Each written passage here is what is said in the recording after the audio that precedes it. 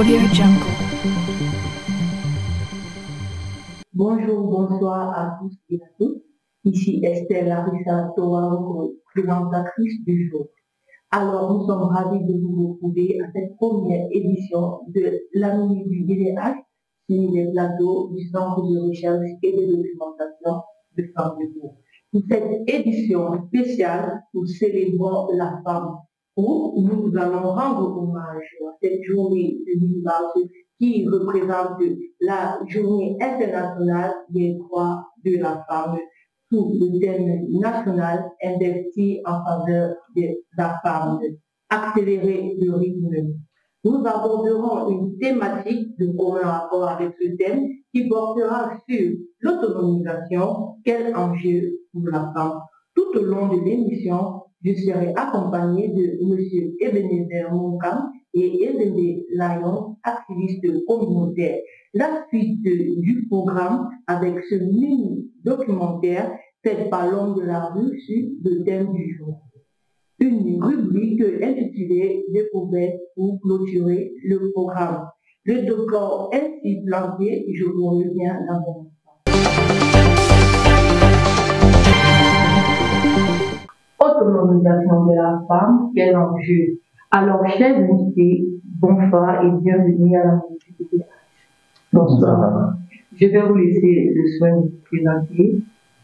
Oui, bonsoir à tous. Je suis Ebenezer Moukam. Je suis juriste, mais également défenseur des droits de l'homme. Et lorsqu'on parle des défenseurs des droits de l'homme ici, j'ai bien voulu dire défenseur des droits humains pour marquer cette inclusion-là.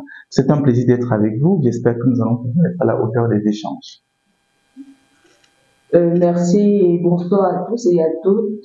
Je suis Ezende Lyon, activiste des droits humains, et j'espère aussi que nous serons à la hauteur des échanges. Merci à vous. Lorsqu'on parle de l'autonomisation de la femme, j'aimerais savoir, et les internautes aussi se posent la question, que peuvent être les mécanismes que nous pouvons mettre en place de façon générale, et même dans la société civile, pour investir en faveur de cette femme? C'est une question qui semble complexe parce que, en réalité, parler d'autonomisation de la femme, c'est parler de plusieurs aspects. Voyez-vous, la question de la femme aujourd'hui est une question centrale qui se pose dans notre société, et donc ça implique en même temps les questions de droits humains, ça implique en même temps les questions de participation même à la décision politique, ça implique également les questions de non-discrimination de la femme dans plusieurs secteurs. Et donc, vous allez vous rendre compte qu'il est difficile pour une femme aujourd'hui de pouvoir, si elle est stigmatisée, discriminée, si elle est marginalisée, n'arrive même pas à pouvoir être reconnue en tant que femme à part entière et égale à l'homme dans certains contextes, il sera difficile pour elle de pouvoir à un moment donné s'autonomiser ou bien de penser même à son autonomisation. Et donc pour moi, pour parler des mécanismes d'autonomisation, pour arriver là, j'aimerais d'abord dire que nous devons premièrement mettre sur pied ou renforcer des actions de lutte contre la stigmatisation et de lutte pour l'égalité homme-femme dans notre société. Ça, c'est la première des choses. Et donc, dans ce sens-là, on devrait pouvoir renforcer la Commission des droits de l'homme du Cameroun, par exemple, renforcer le ministère de la promotion. Bon, avant d'arriver au ministère de la promotion, veuillez m'excuser.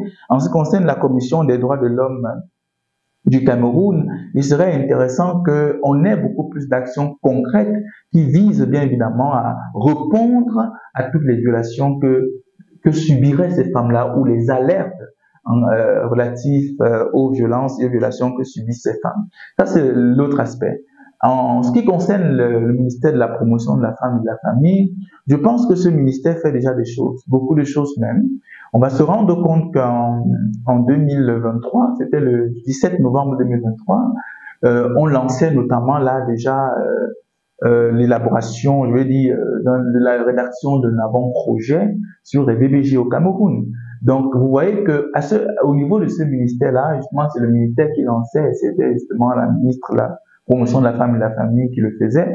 Les actions comme ça doivent être en réalité multipliées, donc pour répondre en réalité aux problèmes de la femme. vous allez vous rendre compte qu'à un moment donné, on a aussi parlé, on a également pris notamment le code électoral a exigé que, en ce qui concerne la constitution des listes, que puissent être partie intégrante, que puissent faire partie intégrante des femmes. Donc, c'est devenu une exigence du code électoral. Ce qui fait que vous voyez de plus en plus, vous allez certainement me dire, parler d'autonomisation, c'est certainement parler du travail de la femme et tout. On voit directement une femme qui est en train de soit laver le sol, mais on ne va pas réduire la femme à cela. Donc, pour moi, c'est déjà renforcer les mécanismes institutionnels et pouvoir épurer des lois qui discriminent de telle sorte que ces femmes-là puissent avoir une place sur le plan normatif et ensuite qu'il y ait une application, bien évidemment, des lois internes et internationales, des conventions internationales ratifiées par le Cameroun en ce qui concerne la protection des droits de la femme. Je pense là, par exemple, au protocole de Maputo, qui est le protocole à la Charte africaine des droits de l'homme, qui protège les femmes, qui a été adopté et qui est bien évidemment ratifié par le Cameroun et qui devrait, sur le plan interne, être appliqué. Je parle par exemple là du préambule de la Constitution du Cameroun qui est clair en ce qui concerne la non-discrimination fondée sur le sexe. Vous voyez, donc c'est autant de dispositions que l'on devrait mettre en place.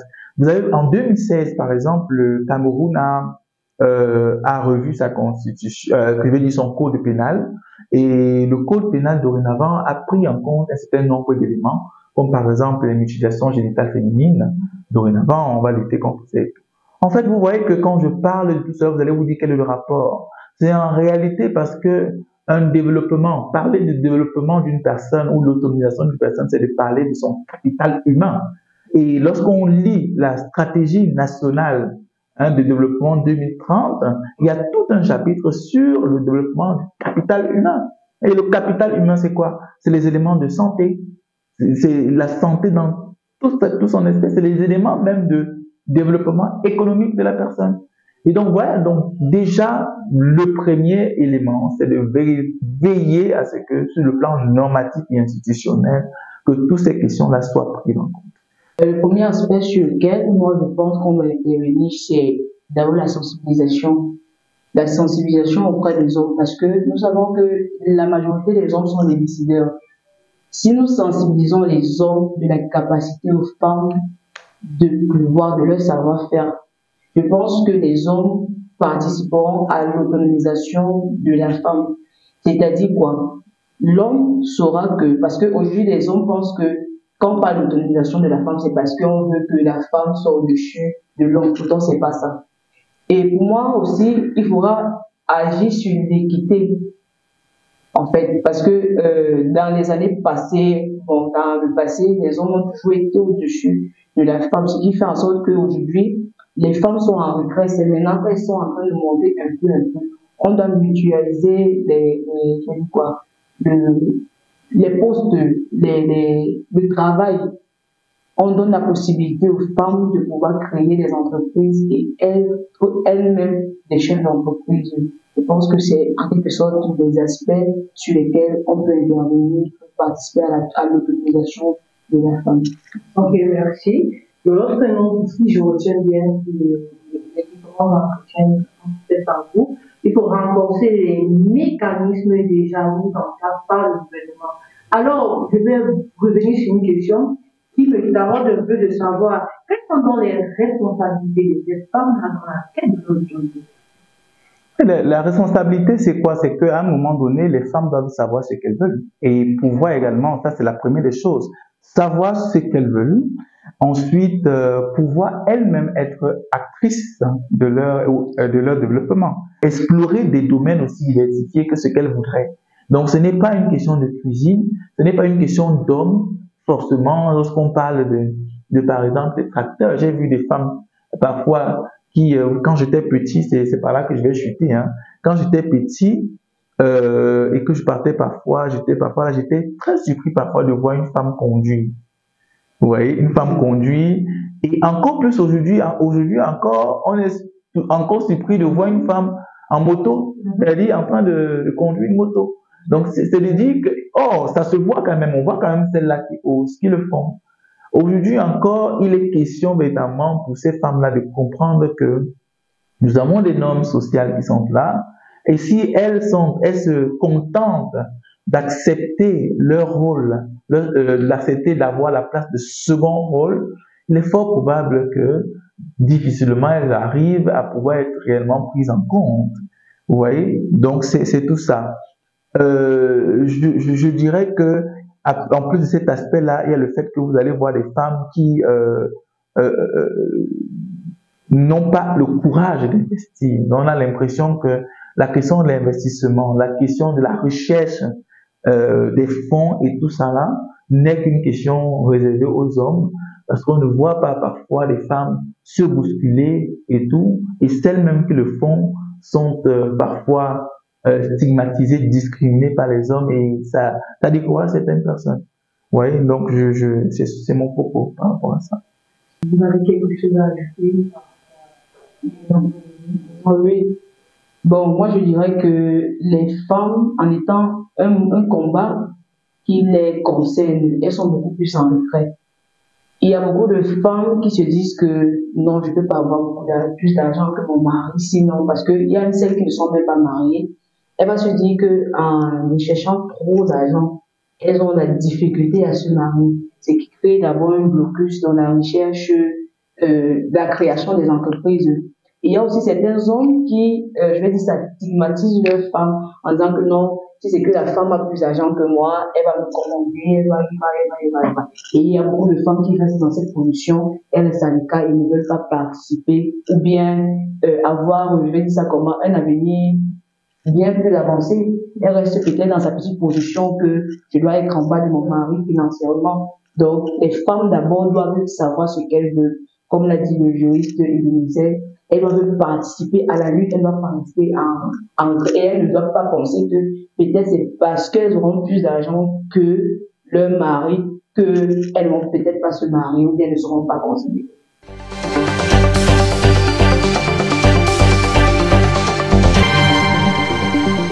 Je suis désolé pour vous, mais en tant que défenseur des droits humains, je dois parler de ça. Vous allez vous rendre compte qu'au Cameroun, aujourd'hui, nous avons des articles qui pénalisent, par exemple, certaines pratiques sexuelles. Vous voyez? Donc, le lesbianisme est interdit. Bref, le fait, par exemple, de se sentir un homme qui peut-être se présente à une expression différente de celle issue dans les normes sociales, ça, c'est mal perçu. Et donc, dans un contexte comme celui-là, les femmes, en réalité, et les hommes sont obligés de pouvoir se conformer à la norme sociale, et donc ce qu'on appelle les normes du genre. Et cette conformité à ces normes du genre voudrait quoi? Qu'on va retrouver là une femme qui, pour satisfaire sa famille ou ses proches ou la société en général, va se mettre en relation avec un homme alors qu'elle n'y trouve aucun sentiment. Vous voyez, c'est assez profond. Allons-y, poursuivons. Qui va même aller à se marier même avec un homme, qui va me faire des enfants sans le vouloir avec cet homme. Vous connaissez les conséquences de tout cela? Les conséquences de tout cela, c'est qu'il y a d'abord un impact sur le plan psychologique, il y a un problème de développement. L'autre question, c'est quoi? C'est qu'on va se retrouver à avoir des enfants qui ne seront pas aimés, qui ne pourront pas avoir un suivi ou ne pourront pas bénéficier de l'amour de leur maman, parce que à travers ces enfants, elle verra les violences qu'elle a eu à subir toute sa vie. On va se rendre compte et avoir un homme qui n'est pas aimé par son épouse parce que ce n'est pas sa tasse de café entre guillemets. Et donc, on va se retrouver à avoir un foyer disloqué, des enfants qui ne connaissent pas où se trouve leur père, des enfants parfois qui se retrouvent uniquement avec leur père abandonné, et parmi ces enfants, il y a parfois des filles, et ça fait des répercussions. Et maintenant, voyons de l'autre côté, des hommes qui vont aller se marier avec des femmes, alors qu'ils ne les aiment pas, c'est des tromperies, c'est ce qui va avec, et c'est les mêmes conséquences qui s'engendrent. Ça, c'est juste une petite analyse que moi, sur le plan personnel, j'ai eu à faire pour montrer que parfois, nous étudions les causes de certaines choses en société, mais nous ne prenons pas en compte le fait que, généralement, les normes sociales que nous avons érigées peuvent être à l'origine de tout cela. On va chercher le problème ailleurs en se disant que non, c'est un problème de financement, c'est un problème ici, alors que c'est ça. Donc, il y a tellement de choses. Je suis vraiment désolé pour les personnes qui vont me regarder, mais je me dois, en tant que défenseur des droits humains, assez impartial et froid dans l'analyse, de pouvoir dire les choses telles que moi je les perçois. On ne va pas contribuer en tant que nous sommes des facteurs de droits humains. Le débat qui dit à sa fin, on va donner la parole à nos invités pour à cette femme-là qui nous écoute déjà.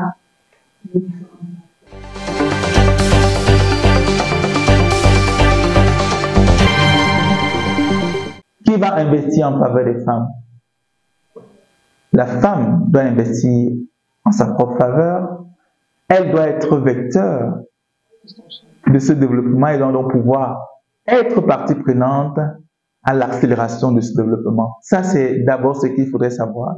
D'un autre côté, j'encourage l'État du Cameroun à pouvoir prendre en compte les questions de stigmatisation, de discrimination, pour véritablement analyser les causes profondes de mise à l'écart de la femme et de pouvoir prendre en compte la femme dans tous les secteurs.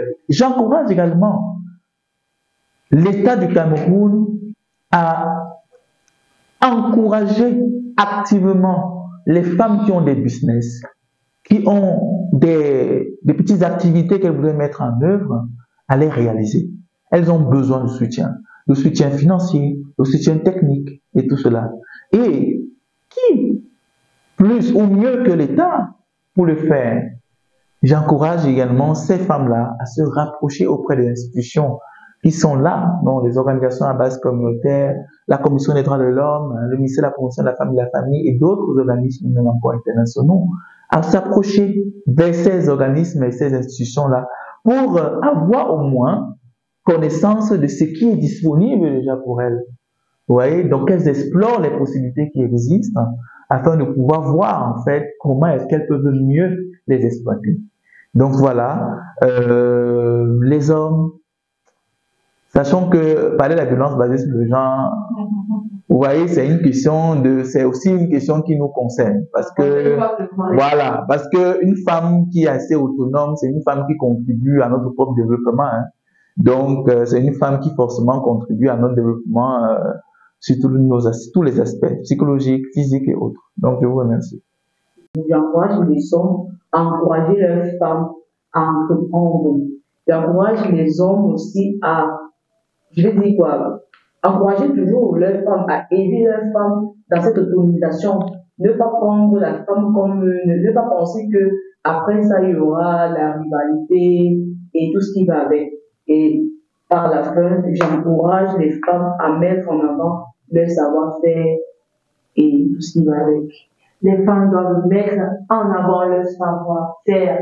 La suite du programme se poursuit avec ce mini documentaire de l'homme de la rue sur Éternité.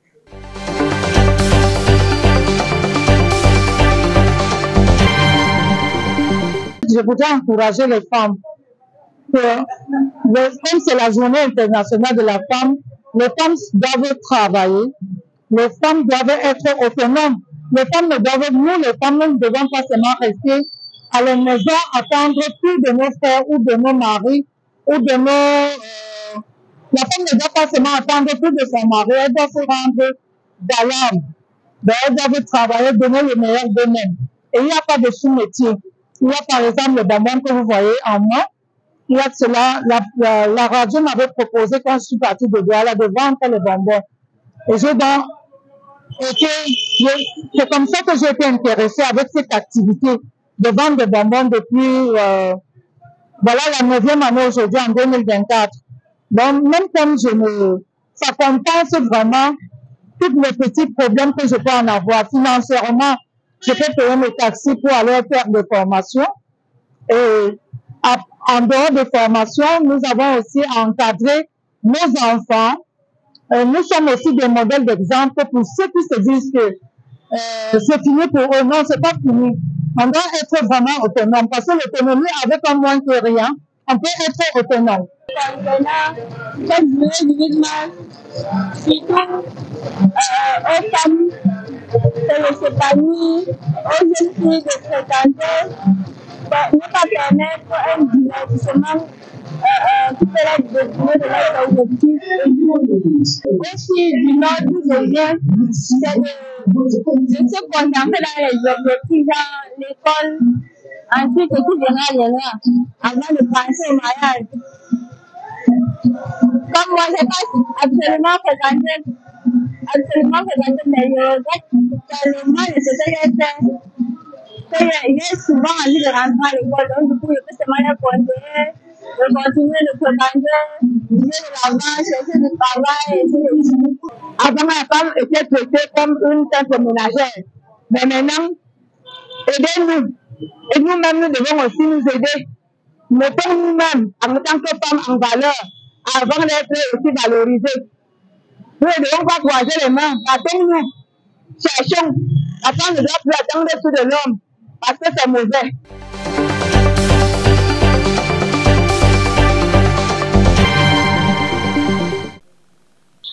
Revenez sur le plateau de la DDH, nous partageons avec vous ce ouvrage intitulé Meneux, qui signifie Je suis, apparu en 2022. Cet ouvrage nous parle des différentes intersections sur les identités de genre par la population camerounaise.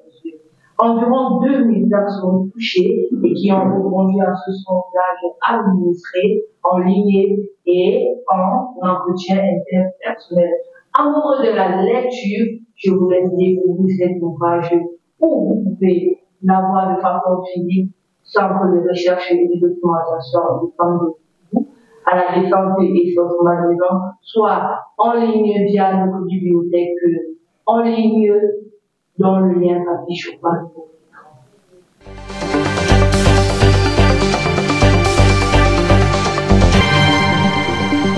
Nous sommes rendus à la fin de notre émission spéciale. Je vous donne rendez-vous prochainement. À la prochaine.